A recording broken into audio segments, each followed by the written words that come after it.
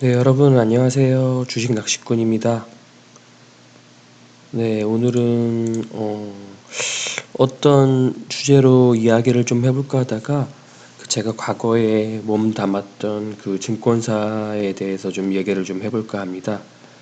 어, 보통 증권사 다닌다고 하면은 이제 돈을 많이 받는다라고 생각을 하시잖아요. 쳐보기만 하더라도 증권사 억대 연봉 치면 뭐 많은 글들이 나오고 있어요. 네, 이러한 이제 증권사를 다니면 무조건 억대 연봉을 받느냐 뭐 그런 거는 아니고요. 일단 증권사 직원이라고 하면은 이제 그 PB라고 해서 그 개인 고객들의 이제 자산을 관리해 주는 그러한 업무를 하는 이제 직원분들이 이제 대부분이라고 보시면 됩니다. 뭐 애널리스트라든지 아니면 뭐 그 본사 업무를 담당하는 사무 직원들도 많이 있는데요. 일반적인 증권사 직원이라고 하면 이제 그 PB 업무를 보는 분들을 지칭한다고 보시면 됩니다. 근데 이러한 이제 증권사 구조가 사실 어떻게 되느냐 하면은 그것부터 좀 말씀을 드릴게요. 잘 모르시는 분들도 있으니까 일단 근데 이제 그 증권사를 부동산 공인중개사랑 좀 비교를 할 수 있을 것 같아요.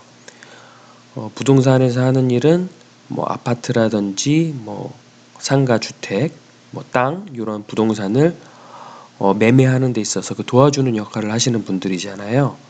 뭐 땅을 사거나 팔 때 그걸 중개를 해주고 중간에서 수수료를 받는 분들을 이제 공인중개사라고 하는데 뭐 아파트 뭐 매도할 때 매수할 때 뭐 수수료 받잖아요. 0.9% 0.8% 이런 식으로 그거랑 똑같다고 보시면 됩니다. 증권사 직원들도 PB들도 뭐 여러 가지 뭐 금융 상품들을 뭐 어, 업무 처리를 하지만 그 중에서도 가장 이제 주된 이제 업무가 이제 주식 매매를 하는 거거든요. 그 뭐 이제 증권사에 이제 계좌 개설을 하러 오신 분들이 나중에 이제 입금을 하잖아요. 그 입금을 하게 되면 그분들한테 전화를 해서 아, 오늘 삼성전자가 좋습니다. 뭐 현대차가 좋습니다. 이런 식으로 주식을 사거나 팔게끔 이제 좀 유도를 한다고 해야 되나? 그 매매를 일으킨다고 해야 되죠.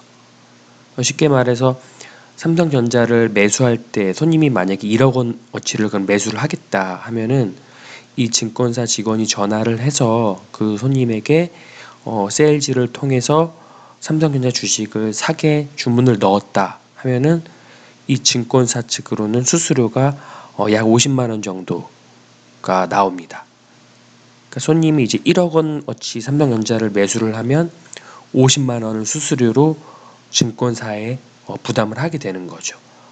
물론 요즘에는 뭐 이제 무료 수수료라든지 뭐 인터넷 뱅킹이나 모바일로 매매를 하시는 분들도 많긴 한데 어찌됐든 요 PB들의 가장 큰 업무는 이렇게 주식을 사게 하거나 팔게 하거나 하는 역할을 합니다. 그러니까 이제 말을 잘 해야겠죠. 맞추기도 잘 맞춰야 되고요. 예를 들어서 뭐 현대차 오늘 1억 원어치 샀다가 장중에 한 3, 4% 올라서 단타로 오늘 팔았어요. 그러면 손님 입장에서는 3% 먹은 게 있긴 있지만 증권사에 살 때 50만 원 내고 팔 때도 50만 원 정도를 내야 됩니다. 그렇기 때문에 이 수수료가 뭐 1년에 매매를 몇 번 안 하는 분들은 사실 수수료가 크게 부담되지 않지만 주식 매매를 자주 하는 분들은 이 수수료가 어마어마하게 커질 수가 있는 거죠. 그래서 일단은 증권회사에서는 이렇게 매매를 자주 큰 금액을 뭐 자주 매매를 시키는 직원을 가장 우수한 직원으로 본다고 보면 될 것 같습니다. 그 예를 들어서 뭐 이제 증권회사 다니면은 뭐 주식도 잘하고 막 그럴 것 같잖아요. 물론 공부도 열심히 하고 엄청 주식도 잘하고 그러시는 분들도 많습니다만 일반적으로 회사에서는 주식을 잘해서 주가가 아주 높게 갈 만한 종목을 고르는 직원보다는 사실은 그 수익률이랑은 상관없이 매매를 많이 자주 일으켜서 수수료가 많이 떨어지게끔 하는 직원을 사실은 더 좋아합니다. 사실 이게 맞기도 하고요. 왜냐하면 회사 입장에서는 회사에 돈을 많이 벌어다 주는 직원이 당연히 좋은 인재지 않습니까? 그래서 매매는 별로 안 하지만 주가 높은 거를 잘 고르는 직원이 있다. 이런 분들은 사실 좋아하지 않아요, 회사에서는. 조금 생각했던 거랑 많이 다르죠, 현실이. 그래서 저는 이 부분이 뭐 굉장히 뭐 잘못됐다, 나쁘다라고는 생각하지는 않습니다. 어차피 회사도 뭐 그냥 땅 파서 뭐 월급 주는 것도 아니고 당연히 부동산처럼 계약서 많이 작성해 주는 그런 직원이 좋은 거거든요. 그래서 이렇게 한 달에 매월 얼마의 실적 목표가 있는데 그 직원들이 그 실적 목표를 달성을 하고 그 목표를 초과하게 되면은 이제 그 개인 PB들은 인센티브를 받게 되는 겁니다. 그래서 이제 그 부분이 많을수록 뭐 억대도 가져가고 많게는 뭐 3억, 5억도 가져가시는 분들도 계시고요. 그거는 이제 개개인만의 능력 차이라고 보시면 됩니다. 이렇게 주식으로도 매매를 할 수가 있고 또 다른 금융 상품들이 많이 있는데요. 뭐 예를 들면 채권이라든지 뭐 ELS라든지 뭐 펀드라든지 여러 가지 금융 상품이 있는데 이런 것도 비슷합니다. 그 상품의 뭐 나중에 결과 수익률이랑은 사실 별로 상관이 없어요.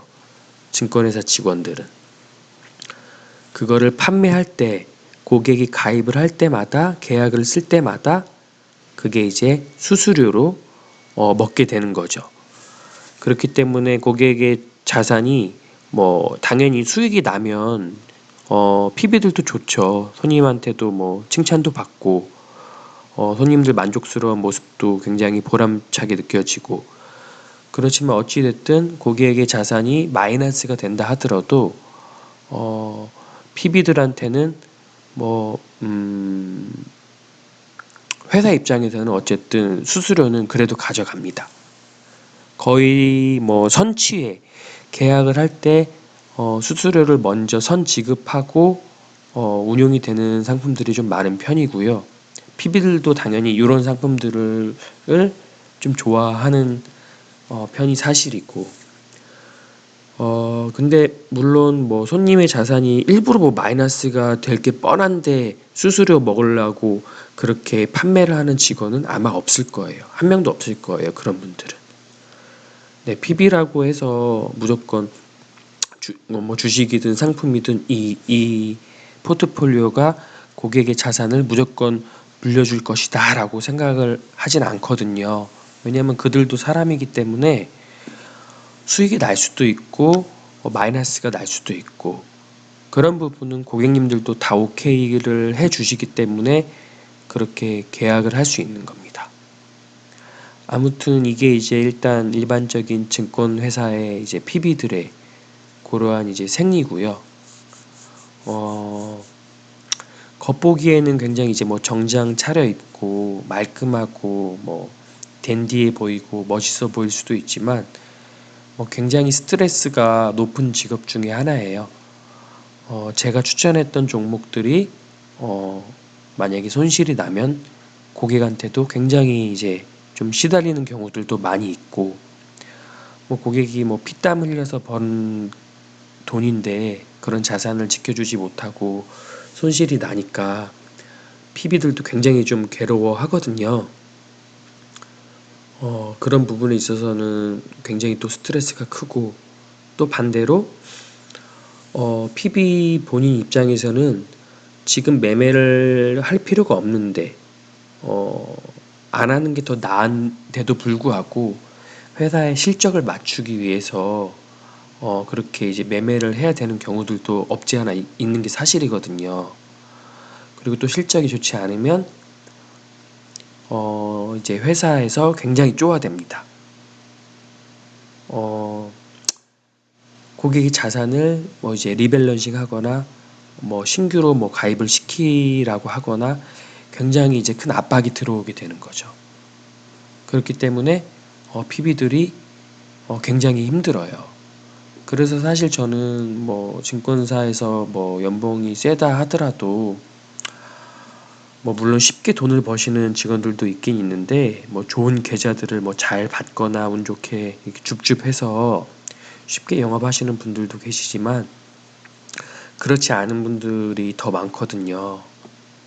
그래서 그렇게 억대 연봉을 받는다는 분들은 뭐 굉장히 노력을 해서 그렇게 받는 분들이 있을 수도 있고 아니면 뭐 고객의 자산이 뭐 줄어들거나 느는 거랑은 상관없이 굉장히 이제 뭐 수수료만을 목적으로 그렇게 좀 하시는 분들도 뭐 극소수이겠지만 조금은 있을 겁니다.